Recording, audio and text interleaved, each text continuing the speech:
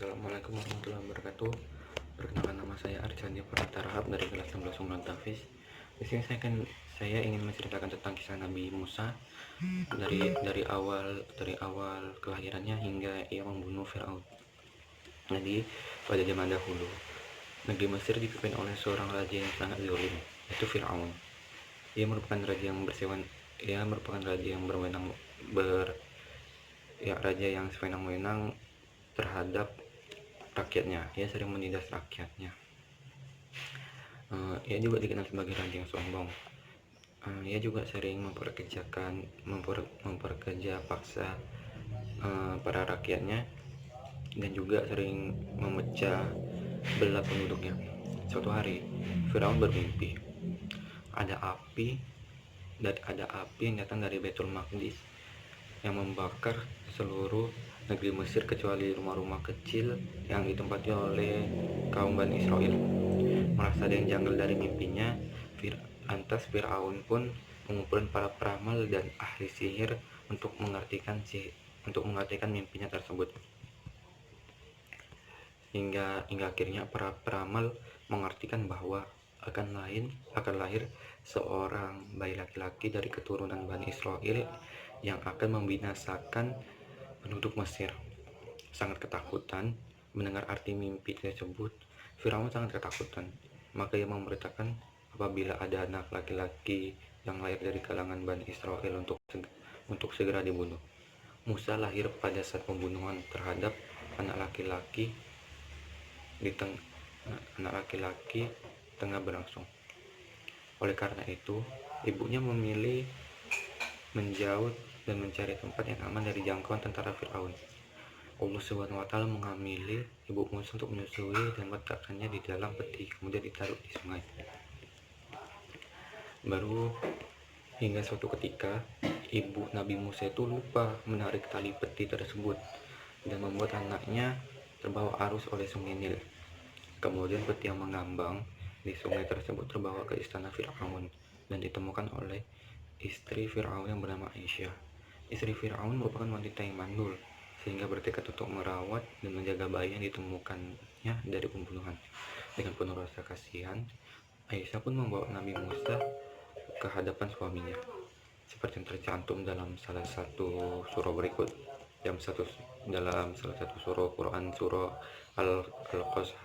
Al-Qasas ayat 9. Saat itu juga Firaun menyetujui permintaan istrinya untuk tidak membunuh bayi tersebut dan diangkatnya menjadi anak.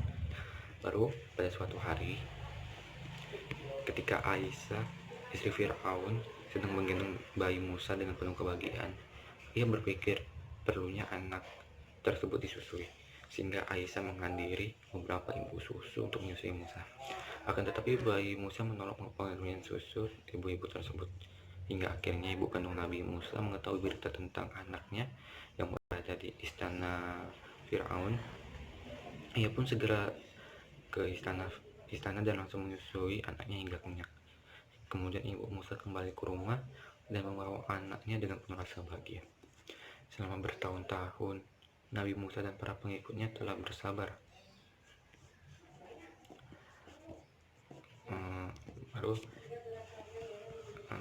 Hingga Nabi Musa pun menjadi tumbuh dewasa.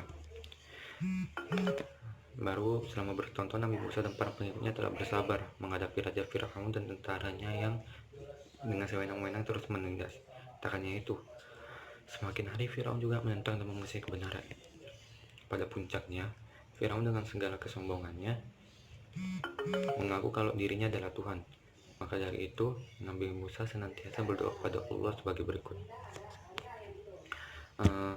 Ya Tuhan kami, sesungguhnya Engkau telah memberi kepada Firaun dan pemuka-pemuka kaumnya perhiasan dan harta kekayaan dalam kehidupan dunia. Ya Tuhan kami, akibatnya mereka menyesatkan manusia dari jalan Engkau. Ya Tuhan kami, binasakanlah harta benda mereka dan kunci matilah hati mereka. Maka mereka tidak beriman hingga mereka melihat siksaan yang pedih. Quran Surah Yunus ayat 88. Baru hingga akhirnya atas izin Allah Subhanahu wa Ta'ala, Nabi Musa dan para pengikutnya memutuskan untuk keluar dari Mesir dan menuju Syam.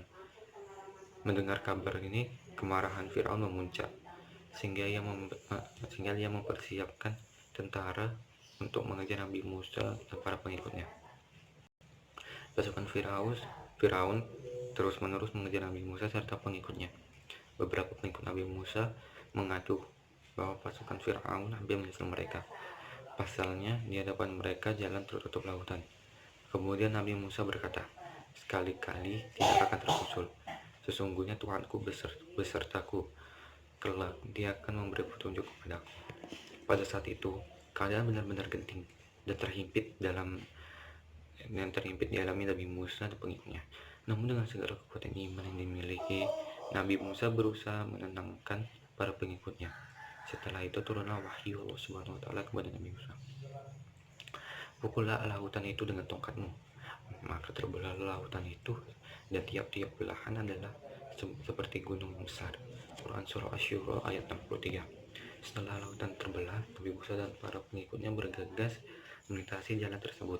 Kemudian disusul Fir'aun dan pasukannya yang mencoba untuk ikut melintasi jalan yang dilalui Nabi Musa dan pasukannya. Namun ketika para pengikut dan Nabi Musa telah sampai di ujung lautan, baru tiba-tiba lautannya itu tertutup kembali. Lautan telah kembali seperti semula setelah Nabi Musa dan pasukan melewatinya. Firaun dan pengikutnya pun tenggelam, sebagaimana Allah Subhanahu wa taala berfirman dalam satu surah, yaitu Quran Surah Asy-Syura ayat 65 sampai 67. Sekianlah cerita dari saya. Kurang dan lebih mohon minta maaf.